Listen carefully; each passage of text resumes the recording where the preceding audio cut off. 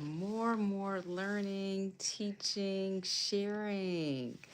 If you're new here, I'm Dr. Robyn. I'm your sleep health coach and clinical pharmacist, helping you to get the most amazing sleep. So we're here tonight. Let's see. Got everything fixed up here. We'll wait for a few more people to hop on. I see some of the people coming into the live. When you come into the live, be sure to subscribe to our channel. If you're new here, definitely send us some likes. And tonight we're going to talk about an interesting issue with our brain where it looks like that our brains can actually go into what they call a self-destruct mode. And that's where it kind of will start to break down, literally, and it's like it's destroying itself. And what we can do to prevent that. So again, I'm Dr. Robyn. I'm your sleep health coach and clinical pharmacist, helping you to get the most amazing sleep ever. So we're going to really look into some few issues with the sleep. We're going to look at, specifically, and especially, I know I was guilty of this in college, pulling those all-nighters where you basically have been up 24 hours. Some people do it for 48 hours. They do it for the whole week of like their finals, 36 hours. We're going to look at what happens to our brains and what really it puts us at risk for if we really don't start to get that good consistent rest that we need on a continuous basis. And also we'll do a brief overcap. I know I've taken a little break. I had a nice Thanksgiving break and I taking a little break from YouTube, but we are back tonight. So be sure to like and subscribe if you're coming on live tonight. If you're from the future, if you're watching this, hi from the future, definitely send us some likes and subscribes as well. So we'll go ahead and get started. You may have actually triggered something if your brain starts to feel like it's trying to, really be in a self-destruct mode. Some of the issues you can see if you have issues forgetting things, if you find that you have, issues with your mood, that you're irritable, that you're just kind of feeling off for no reason. This can be very much because a lot of people don't know this, but our brains do a lot of cleansing at night. They're cleaning up, and there's a cleaning crew that's going on. If this cleaning crew does not come on board, especially because we are not getting good sleep, we're not practicing great things. Hi, I see people popping on the live. Hi, welcome tonight. Definitely subscribe to our channel if you're new here. Be sure to give us some likes so we can send this out to the algorithm.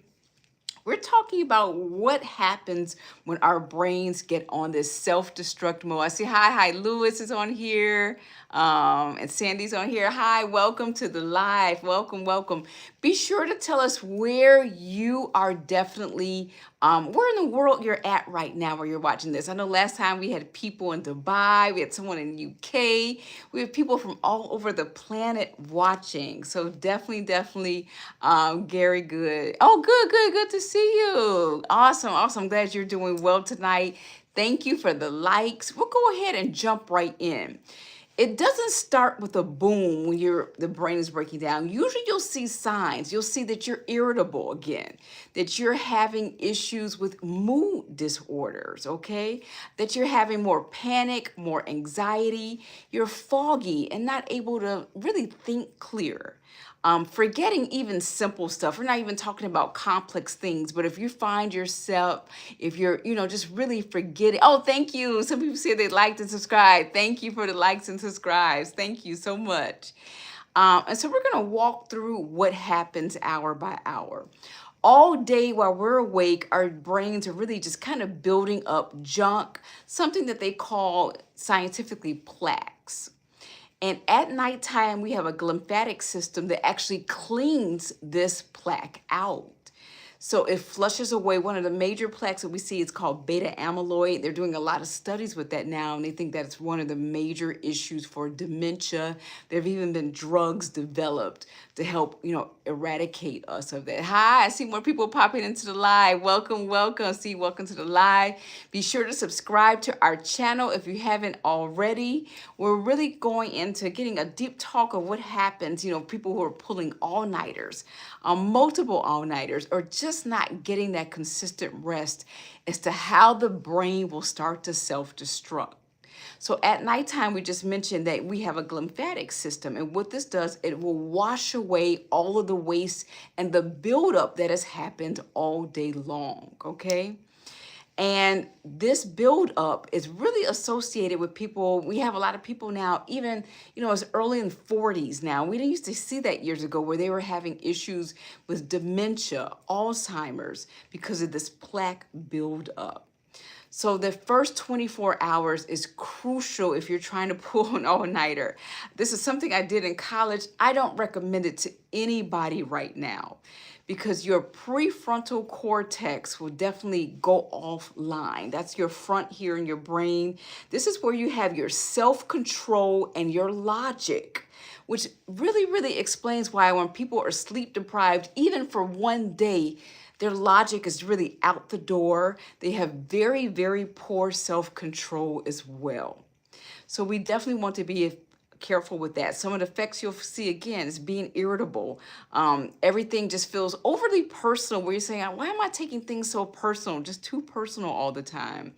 Also, making poor decisions can also be, really a symptom of this. So if you're looking at, that's just one day. There are some people, they're pulling all-nighters multiple days in a row. So we're looking at, anywhere from 36 to 48 hours. You're going to actually start seeing some glitches in your universe, where you're going to see some, things are, hallucinations can start occurring. Seeing certain things that didn't move before at the corner of your eye, shadows moving, just being on edge all the time. This is if you're skipping good sleep anywhere from 36 to 48 hours. Very, very dangerous. Going further, if you're on 3 days, okay? If you've been skipping sleep consistently for 3 days, there can be full-on hallucination, basically hallucinating full on, where you're hearing voices, can be figures in the room. Severe paranoia and confusion can take over. And then by that 4th day, when you get into that 96 hours, it's really a total collapse of thinking. And what's happening, once again, all of these toxins are built up. Most people don't know this, but at nighttime is when our brains do cleansing. We actually are cleaning out using our glymphatic system to clean out all the gunk and the junk that has built up all day long. So definitely that's something to look at. Also, just chronic sleep deprivation definitely can have issues where neurons are not firing off like they're really supposed to be. They've done newer studies. It looks like that we can actually generate neurons. I remember, when I was in pharmacy school, they told us, the brain really is difficult for it to generate new cells. But it can do that when we're feeding it the proper rest in lifetime. We have waste buildup if it's chronic deprivation. Brain can actually shrink over time. Okay, so this puts us at risk definitely for mental illnesses in the long term, memory decline, depression, mood disorders, panic, anxiety. And a lot of people ask me the question, can I just, sleep on the weekend to catch up if I don't do it during the week? If you have 1 week of this, it's possible that you can actually do some extra sleep during the weekend to catch up. However, if you're going week after week after week of sleep deprivation, it's virtually impossible to catch up at that point. That's when you really need to start implementing. Thank you for the likes. Definitely subscribe to our channel. If you're new here, definitely let us know. And definitely like thank you. I have 5 likes now. Thank you so much to help send this out to the algorithm. So we're talking about, again, is your brain in a self-destruct mode? And what happens? some of the things that happen that we were talking about, having severe, memory issues, and even for simple things, depression, anything associated with our mental health. So basically, we need to remember it's like really telling a whole city of people that no one came around to pick up your garbage. That's a really, really good example of what happens when we don't get that good, consistent sleep. So definitely want to look at some of the sleep things that we're going through right now. Definitely, we're getting darker earlier in the day. So that means our bodies are producing more and more melatonin. So this should be a good time of the year for us to get good rest. I'm always telling my clients, really follow what the sun is doing. So if the sun is starting to set, you should be starting to really mimic that in your home, with your lighting in your home, slowing down with the activities in your home in the evening to really, really get that gelled down and really get some good sleep. Um, Definitely looking at, what type of things you're sleeping in terms of our comfort. It is difficult to sleep in synthetic fabrics and get a great night's sleep. So we're talking about like our nylon, rayons, polyester. It's always best to use all natural fabrics. If you can find them organic, that's a great idea, like linens, organic cottons. For some people who really like silks, those are some other good options. Your bedding also should be, layered bedding. So if you start to overheat, they have some really great linen bedding right now that will definitely help kind of really temper that heat and keep you in a great temperature. So we're looking at that. I'm trying to think. I think that's it for that most of the topic. I'm gonna see if there's any questions going on. Okay, that's a good question. Someone asked about, what about food? So food definitely can affect how we sleep at night. So we want to ideally have about that 3 hour window for our biggest meal. So if you're going to bed, like say at 10 o'clock p.m., the last time you should be eating that biggest meal is about 7 p.m. If you eat it too close to bedtime, your body is going to spend all of that time really trying to digest the food and not being able to get a good night's sleep. So we definitely, that's a good question. And watch the kinds of foods we eat too. If we're drinking alcohol right before bed, I know that's more of a beverage and not a food, but I'll put it in the food category. If we're drinking alcohol right before bed, that can definitely cause severe disruption to our sleep architecture. And that's just a fancy term for all the different phases of sleep that we go in throughout the night. Alcohol does have that kind of natural sedative effect. Most likely they're attributing that to the grapes, which have natural melatonin in them. So that's a really good question. Watch out for spicy foods. If you know you're allergic to something, eating it right before bed is not a good idea. I have lactose intolerance, so if I want to, delve out and have some ice cream or yogurt or something, I know I need to do that earlier in the day because that lactose intolerance will totally keep me up. So that's a really good question about what we should do about fooding. Yeah. Another question, someone asked, what do I think about blue blockers? Okay, so I think blue blockers are effective. Once again, we know that in nighttime, and really during the daytime as well, we're getting a lot of blue light off of our cell phones, our laptops. We're getting those off of, really everything. I think I have my blue blockers right here too, so I'll let you all see those. And so we're getting, all of this stuff off of, really everything, TV. So ideally, we should have a cutoff time where we're not looking at our electronics.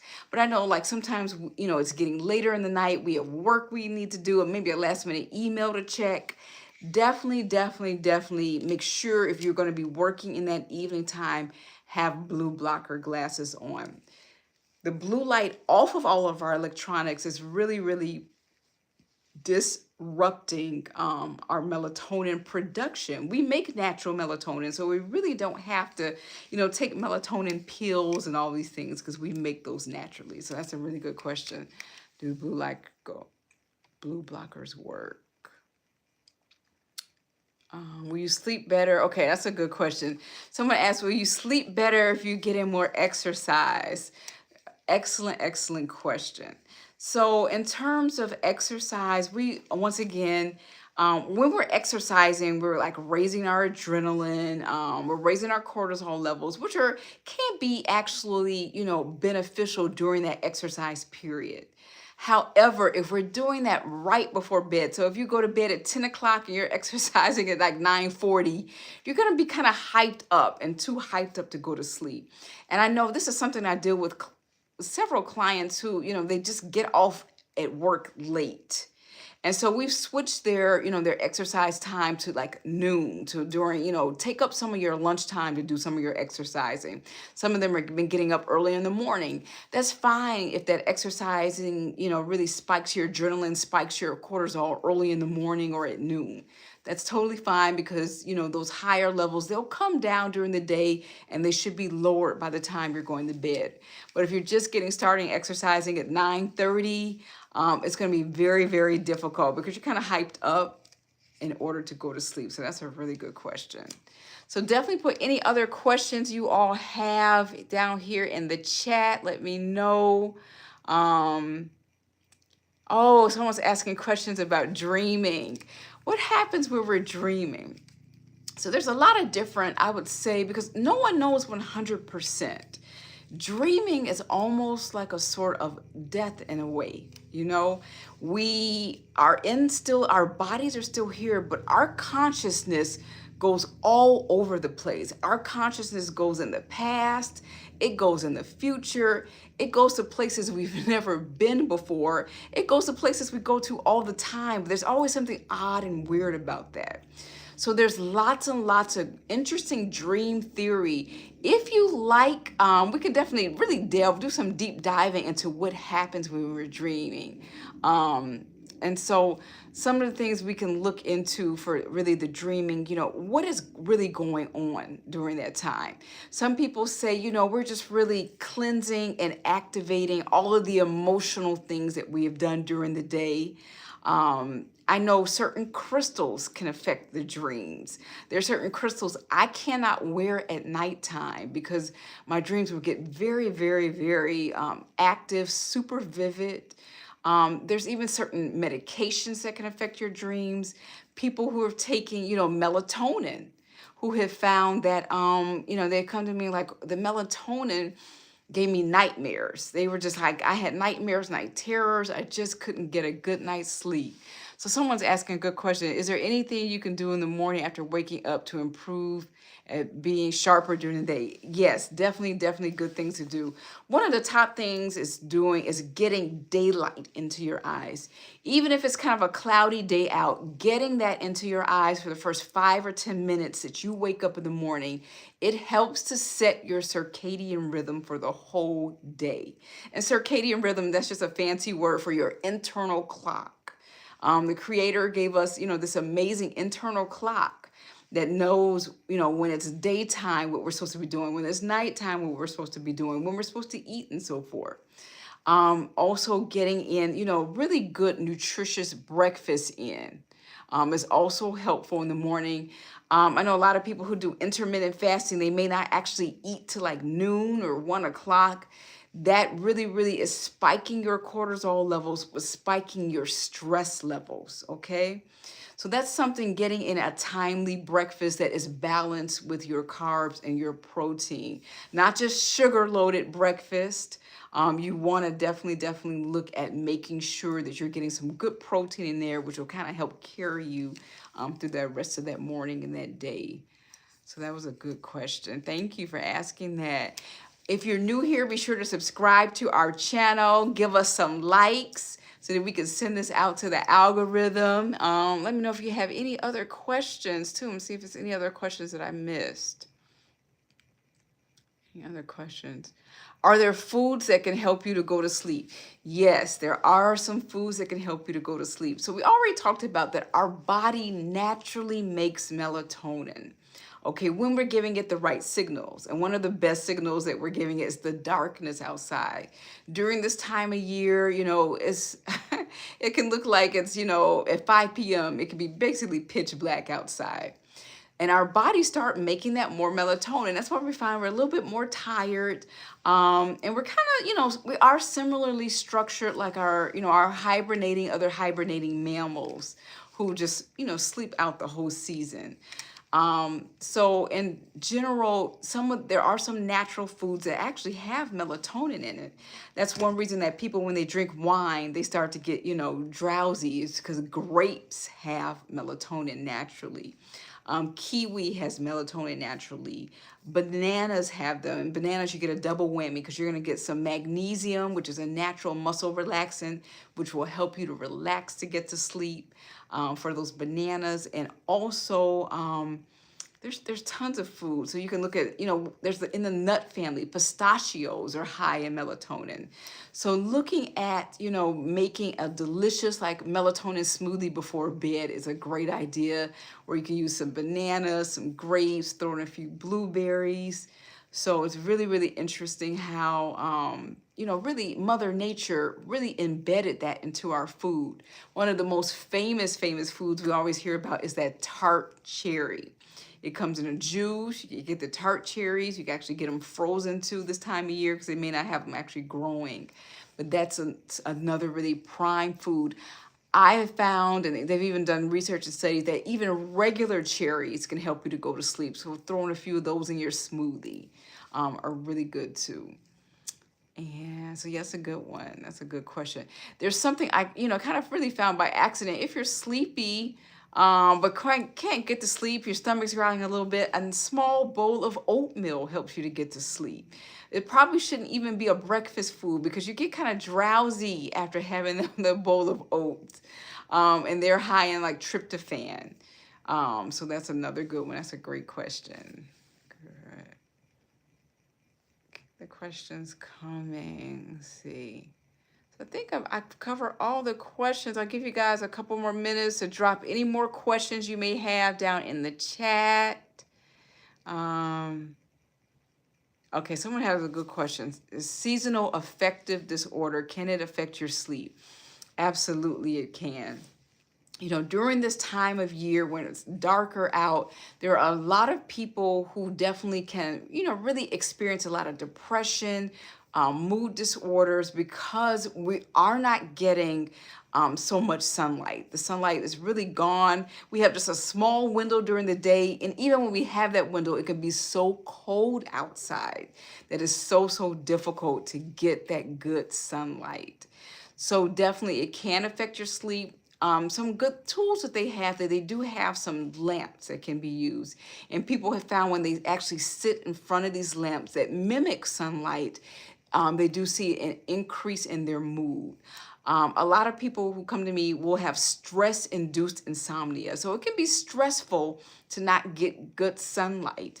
If you're able to, take a quick trip somewhere during the winter time, that is a super good idea, because seasonal affective disorder is serious, okay? A lot of people get depressed during this time. I remember years ago, there was a movie out, there was an actor and he was a writer. And they had gone to a winter, I think it was called The Shining. If anyone remembers that, down in the comments. This particular movie really exhibited what can happen when you become isolated during the winter time. So definitely reaching out to your friends, your family. Sending a quick text is easy. Definitely doing those reach outs. Getting that therapy is good. And some people do need talk therapy through this time. And some of the different light therapies can be super effective. Yeah. So let's see. Hi. I see new people coming onto the chat. Be sure to subscribe to our channel. Here is SleepWell RX, where we help you to get the most amazing sleep. If you're dealing with anything insomnia related, that means you have issues getting to sleep or issues staying to sleep, you are in the right location. So definitely give us some likes and some subscribes. And I think that's about it for tonight. Yes, I'm glad everyone came through. I loved your questions tonight. We might do a separate, just a whole Q&A, because you guys had so many amazing questions tonight. We'll probably do a dedicated Q&A next time so that you all can definitely ask more questions. So take care, and I'll see you next time. Bye-bye.